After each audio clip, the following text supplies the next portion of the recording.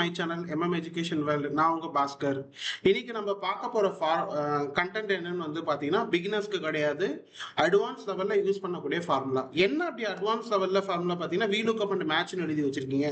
So VLOOKUP match இது ரெண்டுத்தையுமே எல்லாருமே தனித்தனியா தான் போட்டிருப்பீங்க.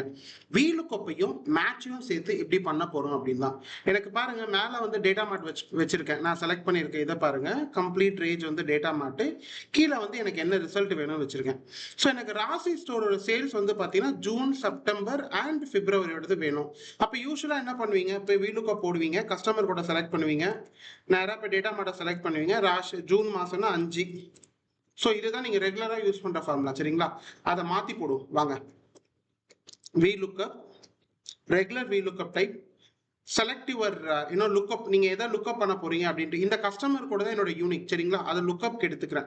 கம்மா என்னோட டேட்டா மார்ட் இங்க இருந்து நான் ஃபுல்லாவே செலக்ட் பண்ணணும். 5 வரைக்கும் செலக்ட் பண்ண மாட்டேன், எனக்கு கம்ப்ளீட்ல எங்க இருந்து வேணாலும் வரும். அதுதான் இதோட பியூட்டி, சரிங்களா? ஸோ டேட்டா மார்ட்டை செலக்ட் பண்ணிக்கிட்டேன். கம்மா எனக்கு மேட்ச் பண்ணணும். மேட்ச் ஜூனோட மாசத்துக்கு, சரிங்களா? மேல போயிட்டு மேட்சிங் என்ன பண்ணணும் அப்படின்றத செலக்ட் பண்ணிக்கணும். ஓகே, கம்மா 0 க்ளோஸ் பிராக்கெட் கம்மா 0 என்டர் அடிங்க. ஸோ உங்க ரிசல்ட் பாருங்க. நீங்க இப்போ இதுல ஒரு பியூட்டி இருக்கு, நான் இந்த ஃபார்முலா முடிக்கும்போது நீங்க தெரிஞ்சுப்பீங்க.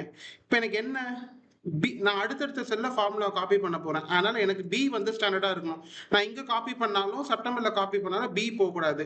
அதே மாதிரி எனக்கு எல்லாத்துக்குமே டேட்டா ஒன்று தான். அதனால நான் பியையும் ஓவையும் லாக் பண்ணிக்கிறேன். திருப்பி சொல்றேன், இந்த லாக்கிங் கொஞ்சம் தெளிவாக கட்டுங்க. அடுத்து மேட்ச்.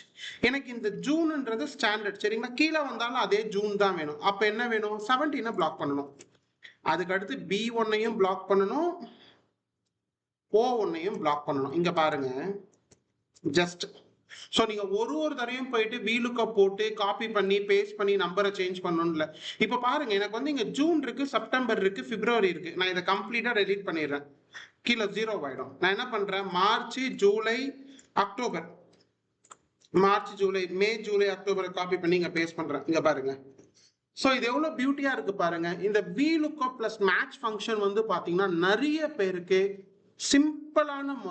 சிம்பிளான முறையில் ஆட்டோமேஷன் பண்ணுறதுக்கு சப்போர்ட் பண்ணும். இங்கே பாருங்க, உங்களோட டேட்டா மார்ட் மேலே இருக்கு.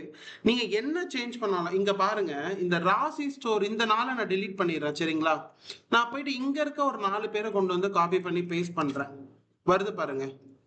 ஸோ இது வந்து பார்த்தீங்கன்னா கம்ப்ளீட்டாக உங்களுக்கு ஆட்டோமேஷன்ஸ் பண்ணுறதுக்கு சப்போர்ட் பண்ணும். உங்களோட டேட்டா மார்ட்ல இருந்து நீங்கள் எங்கே லெஃப்டில், அதாவது VLOOKUP பொறுத்த வரைக்கும் எப்பயுமே நீங்க இருக்க இடத்துல இருந்து டேட்டா உங்களோட ரைட் சைட்ல இருக்கக்கூடிய விஷயங்களை பிக்கப் பண்ணிட்டு வர்றது தான் VLOOKUP, சரிங்களா? எப்பயுமே ரிவைஸ்ட்ல VLOOKUP சப்போர்ட் பண்ணாது. என்னோட அடுத்த வீடியோல நான் ரிவைஸ்ட் VLOOKUP எப்படி உங்களுக்கு போறதுன்னு சொல்லித்தரேன். அது VLOOKUP கிடையாது, ரிவைஸ்ட் ஃபங்க்ஷன். அது எப்படி பண்ணலாம் அப்படின்றத நான் உங்களுக்கு சொல்றேன். இந்த வீடியோ வந்து பாத்தீங்கன்னா முழுக்க VLOOKUPையும் மேட்ச் கண்டிஷன் எப்படி யூஸ் பண்றது தான் பாத்துங்க மக்களே. இந்த வீடியோ வந்து பாத்தீங்கன்னா உங்களோட எக்ஸல்ல டெய்லி நீங்க பண்ணிட்டு இருக்க விஷயங்களை சிம்பிளிஃபை பண்றதுக்காக. அடுத்த வீடியோல பார்ப்போம். தேங்க்யூ. பிடிச்சிருந்தா சப்ஸ்கிரைப் பண்ணுங்க, அப்பதான் அடுத்தடுத்த வீடியோஸ் உங்களுக்கு வந்து தெரிய வரும். தேங்க்யூ.